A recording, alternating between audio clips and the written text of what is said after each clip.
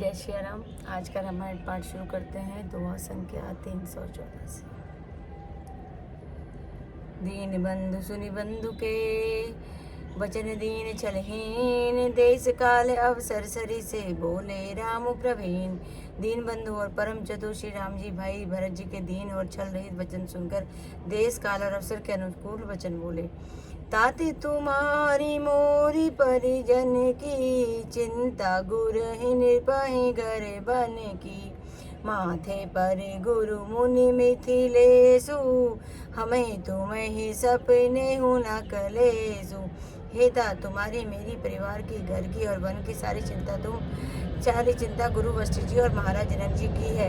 वो है हमारे सिर पर। जब गुरु जी और मुनि विश्वामित्र जी और मिथिलापति जनक जी हैं, तब हमें और तुम्हें स्वप्न में भी क्लेश नहीं है। मोरी तुम्हारी परम पुरुषारथु, स्वारथु सुजसु धर्मु परमारथु। पितु आयसु पालहि दुई भाई, लोक वेद भले भूप भलाई।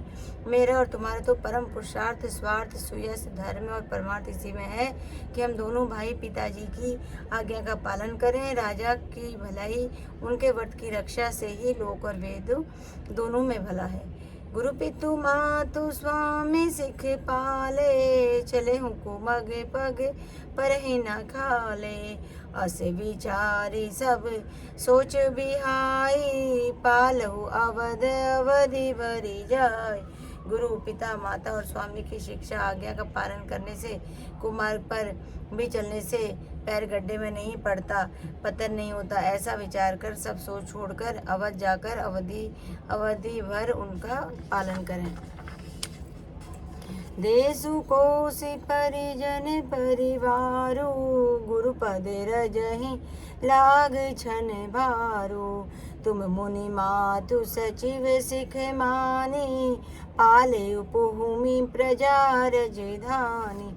देश खजाना कुटुंब परिवार आदि सबकी जिम्मेदारी तो गुरु जी के चरण रज पर है। तुम तो मुनि वशिष्ठ जी माताओं और मंत्रियों की शिक्षा मानकर तदनुसार पृथ्वी प्रजा और राजधानी का पालन रक्षा भर करते रहना।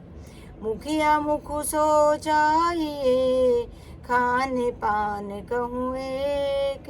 पाली है पोषिए सकल अंग, तुलसी सहित विवेक। तुलसीदास जी कहते हैं, श्री राम जी ने कहा मुखिया मुख्य समान होना चाहिए, जो खाने पीने में तो एक है, अकेला है, परंतु विवेक पूर्वक सब अंगों को पालन पोषण करता है। राज धर्म सरे बसुवति नोई, जिमि मन माह मनोरथ गोई। ब्रह्मधु प्रमोद कीन बहु भांति, बिनु आधार मन तो सुन साथी। राजधर्म सर्वस्व सार भी इतना ही है कि जैसे सबके भीतर मनोरथ छिपा रहता है। श्री रघुकुलनाथ जी ने भाई भरत को बहुत प्रकार से समझाया, परंतु कोई अवलंब पाए बिना उनके मन में न संतोष व न शांति।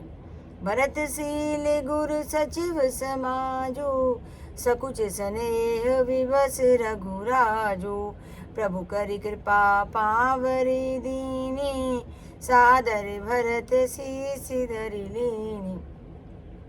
इधर तो भरत जी का शील प्रेम और उधर गुरुजनों मंत्रियों तथा समाज की उपस्थिति है देखकर श्री रघुनाथ जी संकोच तथा स्नेह के विशेष वशीभूत हो गए। अतः भरत जी के प्रेम ने उन्हें पाथरी देना चाहते हैं, किंतु साथ ही गुरु आदि का संकोच भी होता है। आखिरकार भरत जी के प्रेम वश प्रभु श्री राम जी ने कृपा करके खड़ाऊ दे दिया और भरत जी ने उन्हें आदर पूर्वक सिर पर धर लिया। चरण पीठ करुणा निधान के, जनु जुग जामिक प्रजा प्राण के। संपुट भरत स्नेह रतन के, आखिर जुग जनु जीव जतन के। करुणा निधान श्री रामचंद्र के दोनों खड़ाओं प्रजा के प्राणों की रक्षा के लिए मानो दो पहरेदार हैं। भरत जी के प्रेम रूपी रत्न के लिए मानो डिब्बा है और जीव के साधन के लिए मानो राम नाम के दो अक्षर हैं। कुल का पाठ कर कुशन करम के, विमल नयन सेवा सुधर्म के। भरत मुदित अवलंब लहे ते अस सुख जैसे सिय राम सहे ते।